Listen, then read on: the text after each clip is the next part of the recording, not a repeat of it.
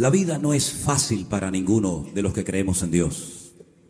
La vida es dura, ¿eh? ¿Sí o no? Yo sé que hay por ahí iglesias y predicadores que enseñan que, bueno, que cuando uno tiene a Dios en su corazón, todo va a ir de maravilla, no vas a tener problemas, todo se va a solucionar, pero a veces hay cosas que vienen a nuestras vidas y decimos, bueno, Señor, no entiendo lo que está pasando, pero solamente sé una cosa: tú eres bueno, tienes lo mejor para mi vida y yo sé que todo está bajo tu control. Así fue lo que nos pasó el año pasado, en el mes de diciembre, cuando nuestra hija menor, Miriam, comenzó a hacer cosas raras. No era capaz de mantener el equilibrio. Un día entré en su habitación y le dije, Miriam, levántate, tienes que comer. Estaba todo el día acostada, todo el día durmiendo, había perdido mucho peso. Y le dije, Miriam, venga, vamos a comer. Y empezó a decir, papá, papá. Y en ese momento entró mi hija mayor, Priscila, y los dos nos quedamos mirando y le digo, venga, Miriam, vamos, levántate, vamos a comer. Y empezó a seguir, papá, papá. Mi hija mayor se me queda mirando, comienza a llorar y me dice, papá, yo me voy a la calle a dar un paseo, no puedo aguantar esto. Tenemos una hermana que es doctora en nuestra iglesia y vino un día a casa, le contamos un poquito lo que estaba sucediendo y le hizo como unas pruebas. Por ejemplo, decía, tócate con la punta de la nariz, con la punta del dedo, perdón, con la punta del dedo tócate la nariz y cosas así, y era incapaz, no había coordinación en ella. Nos dijo, esto no pinta bien. Fuimos al hospital y ese mismo día la ingresaron en la planta de oncología. Le hicieron una serie de pruebas en la cabeza, le hicieron todo lo que tienen que hacerle, ¿no? Y la cosa no pintaba nada bien. El primer diagnóstico decía que podía ser metástasis en el cerebro, con 26 añitos, 27. No entendíamos nada. Pero nunca, créame, y lo digo para la gloria de Dios, nunca le dije al Señor, ¿por qué me mandas esto? Jamás. Lógicamente, como padre, no te espera que una niña con 27 años le digan tiene un 98% de probabilidades de que no salga de aquí. Tiene cáncer en la cabeza. ¿Qué hago? ¿Me pongo a predicarle? ¿Me pongo a cantarle canciones? En ese momento te das cuenta de que todo lo que has hecho en esa situación como que no sirve de nada. Le dije al Señor tirado en el suelo, Señor, si tengo que dejar de predicar, si tengo que dejar de viajar, pídeme lo que quieras, Señor, pero que mi hija no se muera. Lo que quieras, como si me lo tienes que mandar a mí, como si me tengo que cortar un brazo, me da igual. Pero las cosas no funcionan así.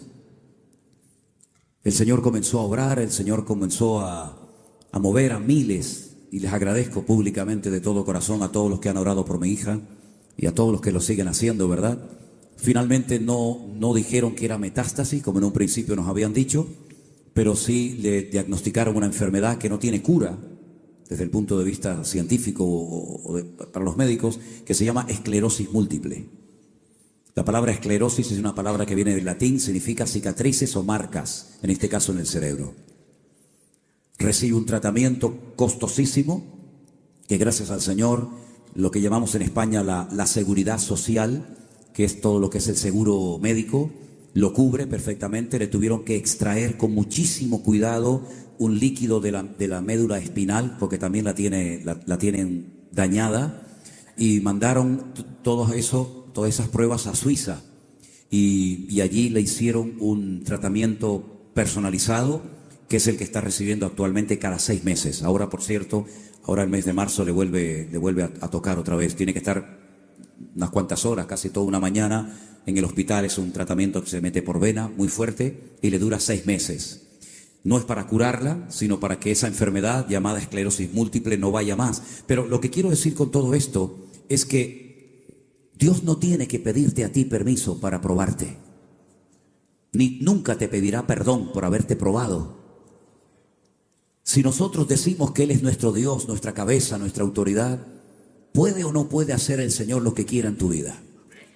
Por supuesto que sí. Y además, las pruebas que el Señor manda a nuestra vida no son las pruebas que le tenía que haber mandado a otro. No, porque las pruebas son proporcionales a nuestro nivel de fe y de madurez y de crecimiento y de desarrollo espiritual, ¿sabes? Comencé a estudiar en la Biblia gente que fue probada de diferentes maneras. Y me di cuenta de que las pruebas que Dios, por ejemplo, le mandó y le pidió a Abraham que las hiciera, que las pasara, eran específicamente para él. No fueron para David. Las de David eran diferentes. Pero todas y cada una de esas pruebas que Dios va a permitir que vengan a nuestra vida tienen siempre un propósito. Dios te puede probar en lo físico, te puede probar en lo matrimonial, te puede probar en lo económico, te puede probar con tus hijos. Hermanos, las pruebas son de diversos colores, como dice el texto de la carta a Santiago, ¿verdad? Pero dice la Biblia que nuestra actitud es lo que marca la diferencia a la hora de la prueba. Y dice la Biblia, tened por sumo gozo cuando os halléis en diversas pruebas, sabiendo que la prueba de vuestra fe produce paciencia. ¿Cuántos dicen amén? Y ¿saben qué, hermanos? Aunque por supuesto todavía me falta muchísimo en todo, no presumo de nada, solamente presumo de mujer y de hijas y de nieto. De eso sí presumo. Pero a título personal no tengo ningún motivo para presumir absolutamente de nada. Pero sí puedo decir para la gloria de Dios que hoy tengo más paciencia que el año pasado. Se lo puedo decir para la gloria del Señor. Y es que cuando uno sale de la prueba, uno sale fortalecido. Y hemos visto también, por supuesto, un cambio en la vida espiritual de nuestra hija. Porque a veces damos por sentado que los hijos de los pastores o los hijos nuestros que han nacido en un ambiente, digamos, cristiano, rodeado de niños en la escuela dominical y que asistían a la iglesia con papá, mamá, la abuelita, pues ya también ellos son cristianos. Pero estamos viviendo una crisis mundial de personas que se han criado en el evangelio, pero que en el fondo no son realmente cristianas. En el fondo no han tenido un encuentro, una experiencia personal con Cristo. Y no solamente veo eso, sino que también he conocido lamentablemente a muchos que por atender a los demás y por estar todo el día metido en las cosas de Dios, en la obra, en la iglesia, atendiendo a la gente, viajando por aquí, viajando por allá, perdieron sus vidas, perdieron la vida de sus hijos, sus matrimonios. Conocí una vez a un hombre que me quería matar. Bueno, seguramente habrá más de uno, ¿no? Pero conocí específicamente a un hombre que vino a la iglesia y me dijo, te vengo a matar. Y le digo, ¿y por qué? Dice, porque me has robado a mi mujer, me dice. Digo, ¿yo te he robado a tu mujer? Dice, está todo el día metida en la iglesia. Y es una lástima ver a gente que está todo el día supuestamente en la iglesia sirviendo a los demás y se olvidan de que en casa tienen un marido inconverso, que no le hacen ni caso. Pero eso sí, lo quieren convertir con la Biblia más grande, a garrotazo y a bibliazo limpio, ¿verdad? Pecador, arrepiéntete, no sé qué, que te vas al infierno. Y así no vas a ganar a tu marido en la vida. Al hombre no se le gana por ahí, se le gana por allá. Así es que déjate de estar todo el día atendiendo a los demás y olvidarte de tus hijos y de tu marido. Una noche estábamos en una ciudad en España cenando en la casa de un hermano, de un pastor, y entró de repente su hijo. Y entonces el hijo le dice al padre, papá, ya sé lo que voy a hacer en la vida. Voy a ser drogadicto. El padre tenía centros de rehabilitación para muchachos con problemas de droga. No, y la cosa es que se hizo drogadicto, no es una broma. De hecho, se fue de la casa, tuvimos que ir a otro país a buscar al muchacho.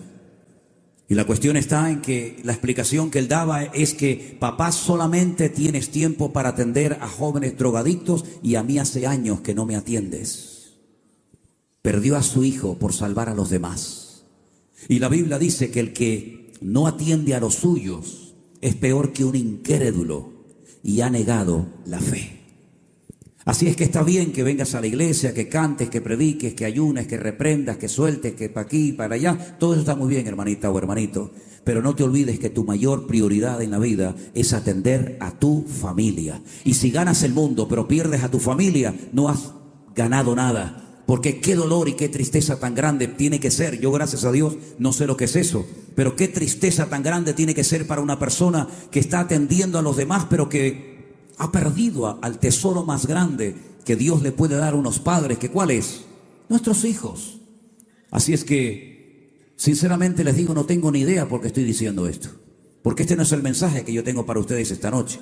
Pero sentí en mi corazón decirles esto, porque si hay aquí una sola mujer, un solo hombre, que por atender a los demás estás descuidando tu vida, que le das más importancia a tu vida externa que a tu vida privada, estás cometiendo una gravísima equivocación. El gozo más grande que un padre, que una madre puede tener en esta vida es ver que sus hijos aman, adoran y sirven y honran al Dios que tú dices que también estás sirviendo. ¿Cuántos dicen amén? Dale ese fuerte aplauso al Señor en esta noche. Aleluya.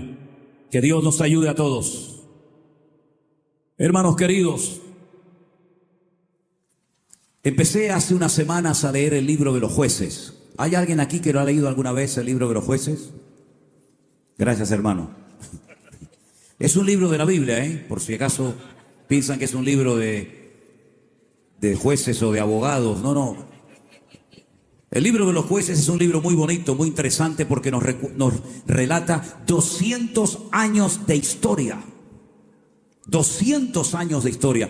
Va desde la muerte de Josué hasta la aparición en el ministerio del profeta Samuel. Uno detrás de otro, contándonos sus problemas, sus luchas, sus dificultades. Pero para poder entender la situación caótica de anarquía espiritual y moral que estaba atravesando las 12 tribus de Israel, el pueblo de Israel en aquel tiempo, hay 3 textos que vamos a leer en esta noche, porque se van a proyectar ahí en la pantalla y los vamos a leer juntos, que nos van a ayudar mucho a poder entender cómo es posible que el pueblo de Dios cayera tan bajo y se descuidaran y se desconectaran completamente del Señor. El primer versículo que vamos a leer se encuentra en el capítulo 2. ¿Ese era el primero? Ok, el primer versículo que vamos a leer era el capítulo 2, versículo 10. Jueces capítulo 2, versículo 10. Y dice lo siguiente: toda aquella generación también fue reunida a sus padres, y se levantó después de ellos otra generación que no conocía al Señor ni la obra que Él había hecho por Israel. Toda la generación que había trabajado y honrado y servido al Señor durante el tiempo de Josué murió, incluido Josué. Y dice que se levantó otra generación que no conocía ni al Señor ni a la obra que el Señor había realizado por sus padres, por sus antepasados. ¿Y quién tuvo la culpa de que la nueva generación que había nacido no conociera ni al Señor ni sus obras portentosas?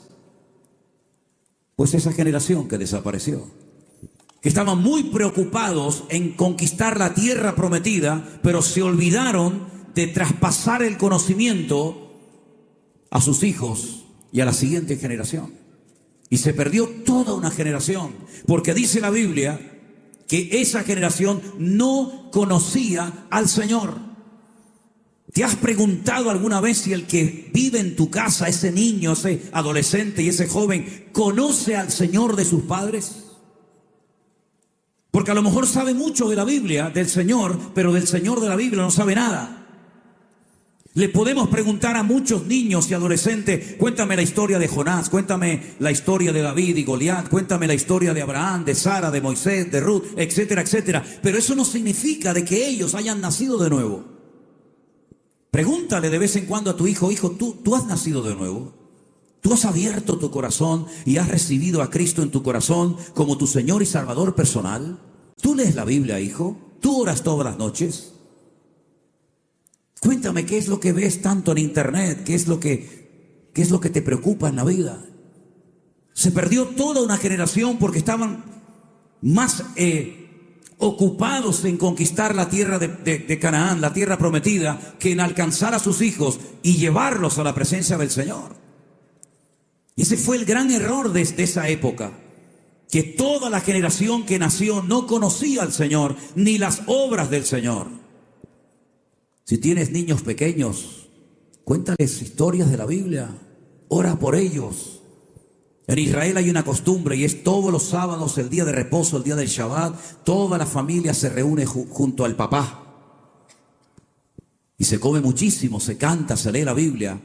Pero hay algo que se hace muy bonito y es que al final de la comida Cada uno de los hijos tienen que ir a la cabecera de la mesa y el papá le impone las manos a sus hijos y a sus hijas y los bendice. Todos los días sábados de toda la vida, la familia se reúne para orar los unos por los otros. ¿Cuándo fue la última vez que oraste por tu hijo? ¿Cuándo fue la última vez que oraste por los niños de tu casa? No, ellos van a la iglesia y en la escuela dominical los atienden y juegan con ellos y se les enseñan las cosas de la Biblia. Es que esa no es la forma.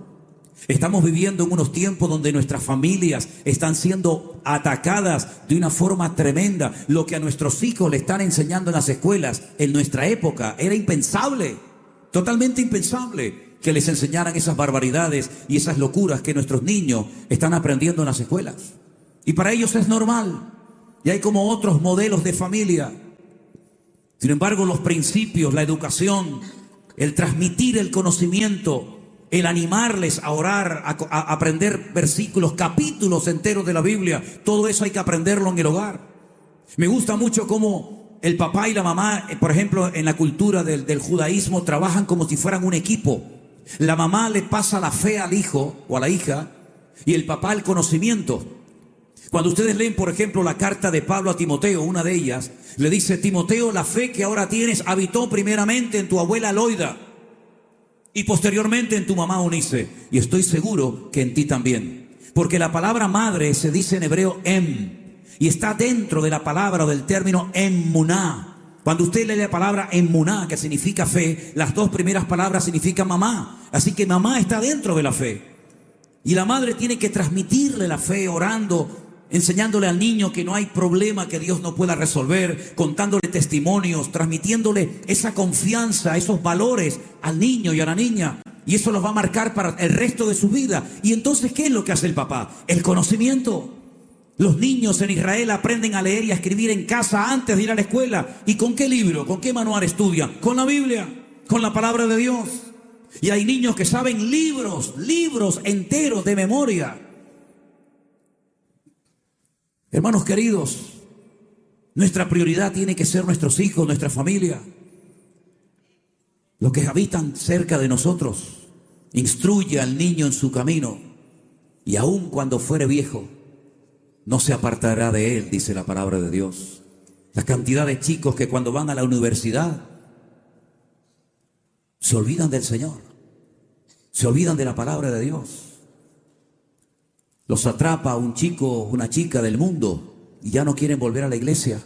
El porcentaje de jóvenes que se pierden después de haber estado en iglesias cristianas evangélicas y no vuelven después de muchos años, cada vez va en aumento. Siempre me he preguntado cómo es posible que a un muchacho de jovencito, un adolescente, lo vendan a un país extranjero, le hagan todo tipo de cosas terribles y sin embargo después de un montón de años, incluso en la cárcel, él no perdió la fe. Y estoy hablando de José. Fíjense, por ejemplo, el ejemplo de Daniel. Daniel le cambiaron el nombre, le cambiaron el régimen alimenticio, lo llevaron a otro país, le enseñaron otra cultura, le enseñaron otra religión, le enseñaron otras costumbres. Pero sin embargo, él dice que desde el primer día que entró y pisó Babilonia, dice que él se propuso en su corazón no contaminarse, no dejarse arrastrar por la corriente de Babilonia, que era terrible. En otras palabras, le hicieran lo que le hicieran, tal vez lo podían cambiar por fuera, pero por dentro su corazón estaba alineado con el Señor. Y fíjense, por ejemplo, cuando José se encuentra con sus hermanos tienen miedo porque ahora es un hombre poderoso, un hombre que con un chasquido de dedos puede mandarlos a todos a la muerte. Pero sin embargo, él dice: no lloren, no tengan temor, no se preocupen, porque no fueron ustedes los que me trajeron aquí, sino fue el Señor el que me trajo aquí, utilizando la envidia, los celos de ustedes hacia mi persona. ¿De dónde sacaban esa fe? ¿De dónde sacaban ese arraigo a la palabra? Sin padre, sin madre, sin Biblia, sin Nuevo Testamento, sin internet, sin iglesia, sin pastores, sin nada prácticamente. Pero dice: pero el Señor estaba con José y José también estaba con el Señor. Y todos y cada uno de nosotros tenemos que darnos cuenta de que nuestros hijos, nuestros hogares están en el punto de mira del diablo. El diablo daría lo que fuera por destruir tu matrimonio. El diablo daría lo que fuera, firmaría lo que hiciera falta con tal de que tu familia fuera destruida. Por eso repito, tu mayor prioridad es cuidar de la vida, de la estabilidad emocional y espiritual de tu casa. Le puedes comprar un auto, le puedes pagar una carrera universitaria, pero lo que va a marcar su vida presente y eterna va a ser que tú los lleves a los pies de Cristo y que se enamoren del Señor toda su vida, mi querido hermano. Pero ¿cuál es el problema? Que muchos padres son una cosa en la iglesia y otra cosa completamente diferente en las casas. Yo sé que aquí no pasa. Yo sé que esto es un problema que tenemos en Europa, ¿no? Pero como he contado en varias ocasiones, nunca olvidaré cuando una vez una hermana se me acercó y me dice, me voy a ir a vivir con los niños a la iglesia, pastor.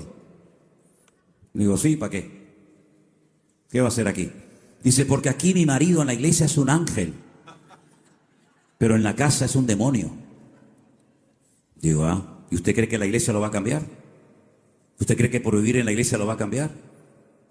Mis queridos hermanos, los hijos ven todo y oyen todo lo que nosotros hacemos y decimos en nuestras casas. Y si usted en su casa se la pasa criticando a la iglesia y al pastor, después lo quiere convencer para que vayan a la iglesia que usted recién acaba de criticar, va a llegar un momento en el que van a decir, no quiero ir, papá.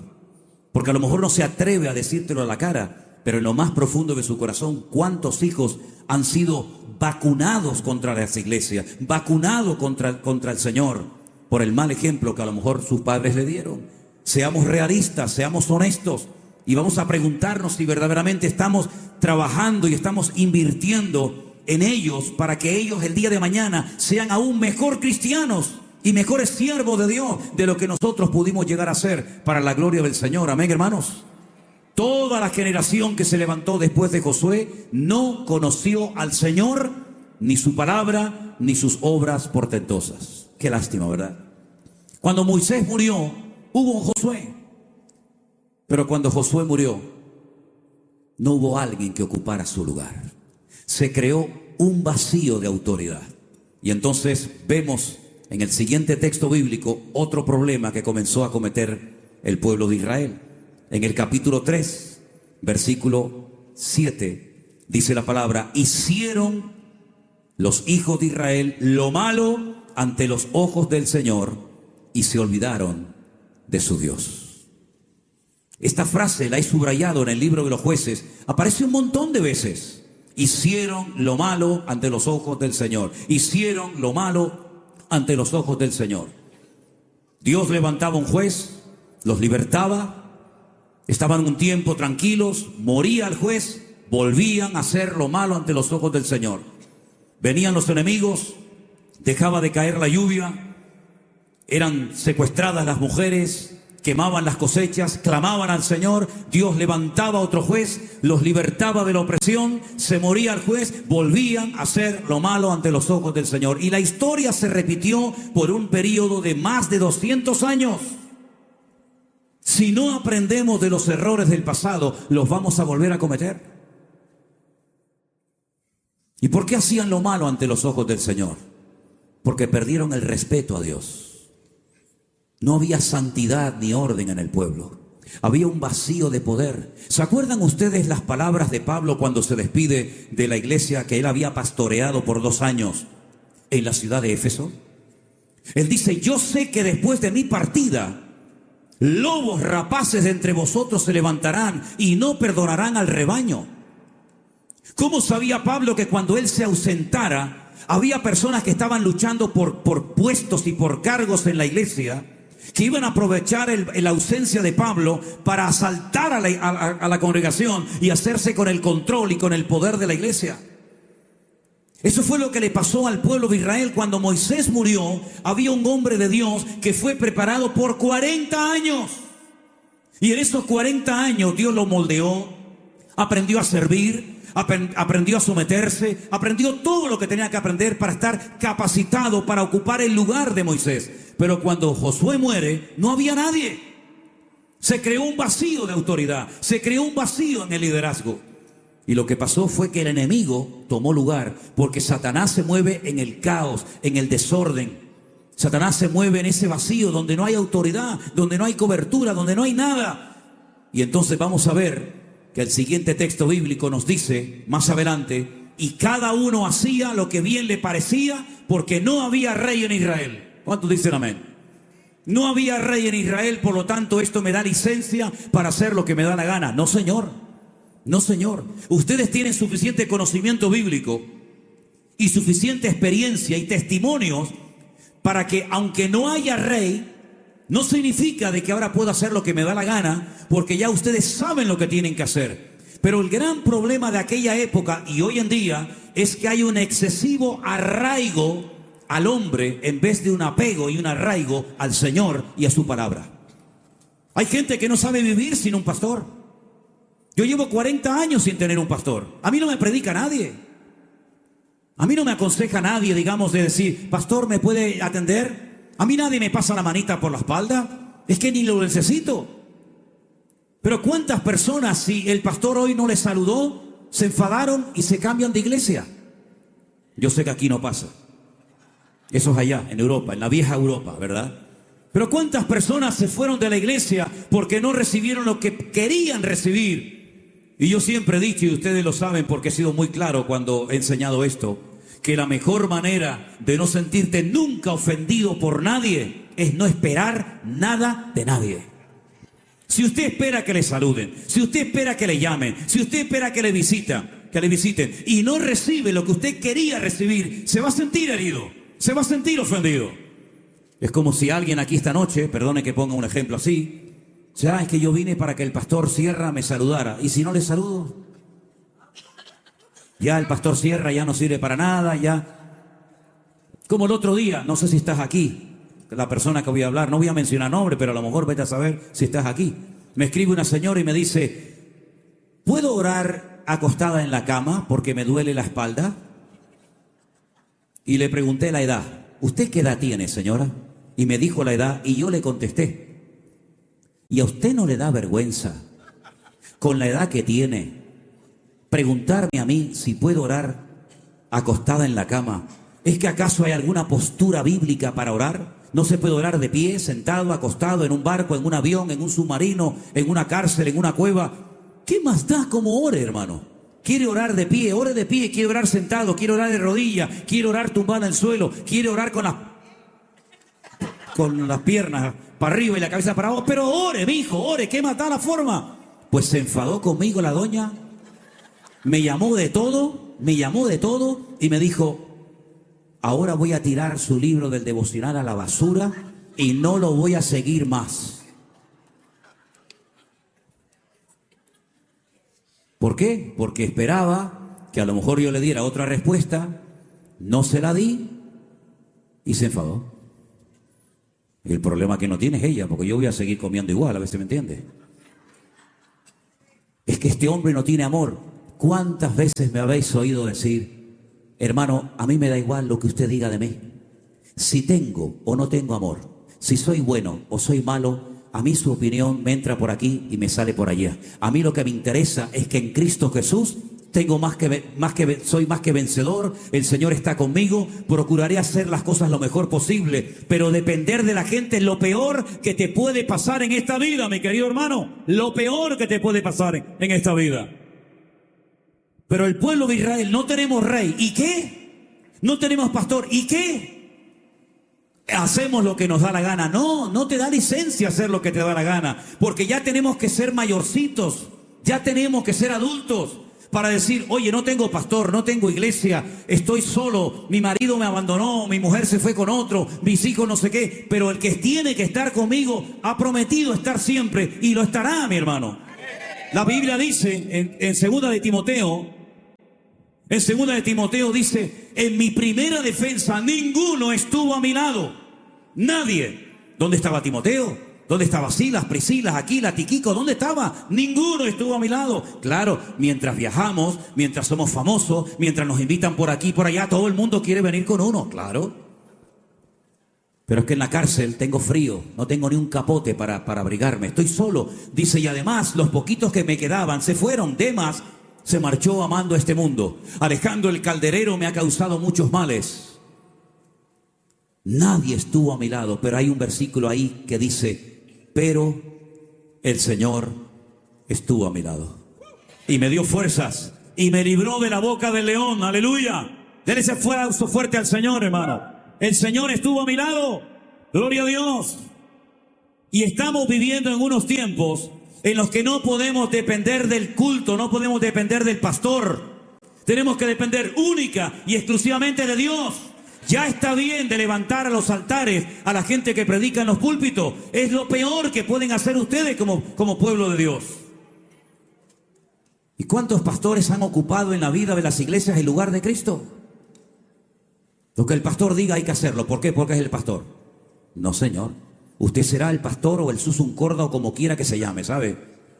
Si usted se desvía 1 milímetro de la Biblia, yo no tengo ninguna obligación bíblica de someterme a un sinvergüenza, a un ladrón y a un manipulador de la Escritura. Si usted lo hace, usted se hace copartícipe del desorden de ese caballero. Ahí está grabado, lo puede escuchar cuando quiera. Como tampoco una mujer cristiana tiene que someterse a un sinvergüenza, a un mujeriego y a una persona que no ama y respeta al Señor.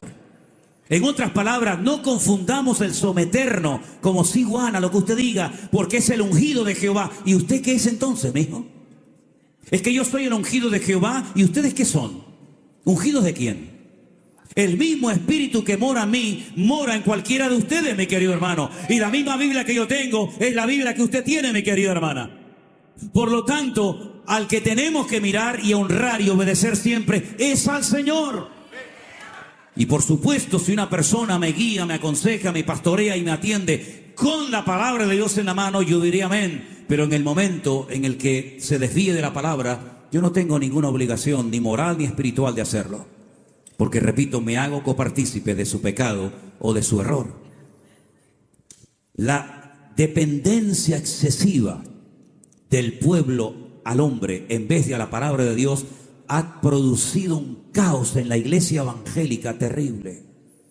No se pueden ustedes imaginar en plena pandemia, en aquellos días de la pandemia, por ahí marzo, abril, junio del 2020, cuando comenzamos a recibir centenares y centenares de correos cada día y me hacían cada pregunta que yo decía, pero Dios mío, ¿qué está pasando con tu pueblo? Pastor, ¿es bíblico que cuando yo me vaya a bautizar le tengo que dar un sobre con una cierta cantidad de dinero al pastor? Digo, ¿para qué? Dice, para que me bautice. Porque si no se lo doy, no me bautiza. Y otro te decía, pastor, ¿es bíblico que yo le tengo que dar al pastor, al obrero, al líder o como quieras que se llame, esta cantidad de dinero? Porque si no se lo doy, me voy en maldición. Y si... Digo, ¿pero qué están enseñando a la gente? El gran problema ha sido el desapego de la palabra de Dios. Se ha leído tan poco la Escritura, se ha profundizado tan poco en el texto bíblico, que no se compara, no se analiza, no se profundiza en las Sagradas Escrituras. Y después resulta que decimos amén a todo. No se puede decir amén a todo. Cuando ustedes leen la biografía de los jueces de Israel, había jueces que tenían cosas muy buenas, pero en otros aspectos eran un auténtico desastre, mis hermanos. Y por eso tenemos la palabra de Dios para poder analizar y comprobar si lo que estoy oyendo desde ese púlpito es o no es palabra de Dios. Y es como aquellos judíos que decían que cuando Pablo terminaba de compartir las Escrituras, dice que analizaban a la luz de las Sagradas Escrituras si lo que este hombre había venido a predicar estaba en la Biblia o no. Y por eso dice que eran más nobles, porque analizaban, comprobaban si verdaderamente lo que había predicado era bíblico o no era bíblico. Estos son los 3 grandes errores que se cometieron en aquel tiempo. Cada uno hacía lo que le daba la gana. El pueblo se alejó de la palabra del Señor y entraron en una anarquía moral y espiritual sin precedentes. Nosotros tenemos una responsabilidad tremenda, mis hermanos, porque miles de personas nos observan y nos analizan y miran con lupa lo que decimos y lo que no decimos, ¿verdad? Y usted también está siendo analizado por vecinos, por amigos, por compañeros de trabajo, por familiares. Que Dios guarde nuestras vidas y nuestros corazones para que nunca jamás seamos una piedra de tropiezo a nadie. ¿Por qué la iglesia virtual? ¿Y por qué los programas que hacíamos, o cuando los puedo hacer, que a veces cada vez tengo menos tiempo, como el pastor online, venga preguntas y venga preguntas y venga preguntas? ¿Por qué tuvieron en ese momento tanta repercusión y tanto éxito. Porque tenemos testimonios de personas que se fueron de las iglesias y estuvieron 10, 15, hasta 20 años sin querer congregarse. ¿Por qué? Porque salieron heridos, salieron lastimados, perdieron la fe, perdieron la confianza, perdieron la autoestima, lo perdieron absolutamente todo. Y yo a todos y a cada uno de ellos les decía y les vuelvo a repetir: acérquense a la palabra del Señor. Analicen con la palabra de Dios en la mano si lo que están oyendo y aprendiendo viene de parte del corazón de Dios o de dónde viene eso. Un día estábamos visitando la ciudad de Milán en Italia y al terminar el culto se me acercó una hermana que yo de broma le dije: hermana, póngase de pie. Me decía: no, estoy de pie. Ay, perdón, era así chiquitita, más o menos así. Digo: póngase de pie. Dice: pastor, estoy de pie. Digo: ay, disculpe. Y me dice: hicimos un culto unido de varias iglesias y esta hermana vino de otra congregación y me cuenta, dice: pastor, le quiero contar algo. El domingo pasado en la iglesia, nuestro pastor se acostó así en la plataforma y dijo que él había sentido en el espíritu, no sé en qué espíritu era, pero dice que lo había sentido en el espíritu, que tenían que taparlo, tenían que cubrirlo con billetes. Y entonces la gente pasaba monedas, no, pues si le pone una monedita sale rodando, ¿vio? Tiene que ser billete. Y él se quedó así quieto. Se podía haber quedado quieto ahí 30 años. Pero se tumbó, lo cubrieron con dinero. Y entonces, yo quiero saber, pastor, si eso es bíblico o no. Digo: mire, hermana, escúcheme una cosa. ¿Usted pasó adelante y tapó al señor este? Me dice: sí. Digo: entonces usted es peor que él. Usted es peor que él. ¿Para qué viene ahora a chismorrear de lo que hizo el pastor si usted también entró en ese juego? Usted es peor que él. Porque el que sabe hacer lo bueno y no lo hace, está pecando. Así que no le eche la culpa a este caballero. Usted es igual que él. Pero ¿sabe por qué lo hizo? Porque seguramente usted tiene un cargo en esa iglesia, ¿verdad?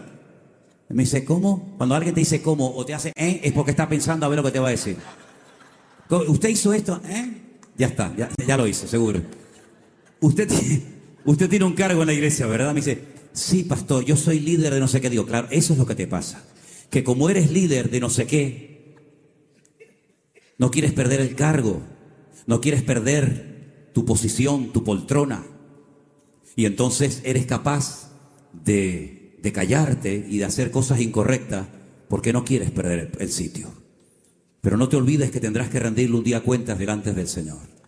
Bueno, la mujer parece que fue sacudida por la palabra, porque la palabra es un martillo, dice la Biblia, ¿sí o no? Si yo no doy martillazos en esta tarde a alguno, no estoy predicando la Biblia, no sé qué estoy haciendo. La palabra es una espada. Si no le estoy cortando la cabeza a alguien, no estoy predicando la palabra. La palabra es un fuego. Si no estoy calentando el corazón que está congelado hace años, pues no estoy predicando la palabra. La mujer se ve que fue sacudida, tomó la decisión de marcharse y al año siguiente volví, ya era la hermana miembro de otra congregación. Quiero decir con todo esto, hermanos, estamos viviendo tiempos difíciles y peligrosos, donde ya no podemos perder tiempo en tonterías. El Señor está buscando un pueblo que se ponga en orden, alineado con Él, en santidad con el Señor, y que sea capaz de ir en contra de la corriente si hace falta, y tener esa sensación de sentirme solo, pero en esa soledad yo sé que el Señor está conmigo. Así que a mí me gustaría que en esta noche tú fueras valiente. Y si tienes que tomar una determinación con tu vida, y no te olvides que si estás casado y tienes hijos, más todavía, que seas lo suficientemente valiente para decir: Señor, yo quiero hacer tu voluntad. Y yo no quiero hacer las cosas mal, porque cuando hacía esta gente, este pueblo, las cosas mal, los enemigos les atacaban. Las cosas comenzaban a ir de mal en peor y la bendición de Dios se apartaba. Y hoy el Señor está dándonos a todos y a cada uno de nosotros la oportunidad de hacer las cosas decentemente y con orden. No te vendas por un sueldo. No te vendas por una ofrenda, ni por un cargo, porque el Señor tiene 1000 veces más para ti que lo que cualquier hombre te puede ofrecer en esta vida. Quiero que todos cerremos nuestros ojos en esta noche. Aquí hay miembros de diferentes congregaciones, ¿verdad? Hermanos que han venido de diferentes partes. Hermanos que han venido aquí buscando una palabra de Dios en su corazón y en su vida. Dígale al Señor: Señor, ¿qué es lo que tú quieres que yo haga con mi familia, con mi vida? Ponme en el lugar exacto donde yo pueda ser ministrado, donde deje de hacer las cosas a mi manera, en vez de a la manera y a la forma tuya, Señor. Nosotros tenemos un rey al que le hemos cantado, que es el rey del universo. No tenemos excusa para vivir en desorden, hermanos, créanme. No tenemos excusa para vivir en una anarquía espiritualmente hablando. Tenemos una cobertura, tenemos un rey, tenemos un Señor, tenemos una palabra al cual le debemos respeto, al cual le debemos toda la honra y toda la gloria que el Señor se merece. Lamentablemente el pueblo de Israel caía, se levantaba, caía, se levantaba, caía y se levantaba, porque no terminaban de aprender la lección. Y la lección es: al Señor tu Dios adorarás y a Él solo servirás. Yo te invito en esta noche a que tú pongas al Señor en primer lugar en tu vida. Que no le tengas miedo a las circunstancias que te rodean. Que tú seas capaz de decir: Señor, voy a por todas, voy en serio. No quiero vivir con un pie dentro y con un pie fuera, agradando a los hombres, pero en conciencia engañándome a mí mismo. Quiero ponerte en primer lugar en mi vida, Señor. Quiero que tú estés contento conmigo y que tu bendición siempre esté en mi hogar. Y que yo pueda, Señor, honrarte, servirte y adorarte, mi Señor. Si en esta tarde entre nosotros hay hermanos que quieren ir en serio con el Señor, que quieren dejar a un lado el desorden, la rebeldía, esa insatisfacción constante y permanente, ese vacío que nunca parece que termina de llenarse, pero tú quieres, si quieres, empezar de nuevo y decir: Señor, si tengo que empezar de nuevo, es mejor empezar de nuevo contigo que no terminar la carrera y perder el tiempo. Hermanos, los días se acortan, ya no hay tiempo que perder, ya no hay tiempo que perder. A mí personalmente me queda menos ministerio y menos vida de la que ya he vivido. Por lo tanto, no puedo perder el tiempo en discusiones, en cosas que no edifican, que no son de Dios. Si tú quieres ir en serio con el Señor, ponte de pie ahí donde estás y juntos, como una familia en Cristo que somos, estaremos orando a nuestro buen Dios. Aleluya. Gracias, amado mío. Gracias, amado mío, Señor. Los que se pusieron de pie, vengan al frente, vengan aquí delante. Con temor y temblor y reverencia a nuestro Dios, venimos delante de ti, mi Señor amado. Aleluya. Oh, sí, Señor, gracias.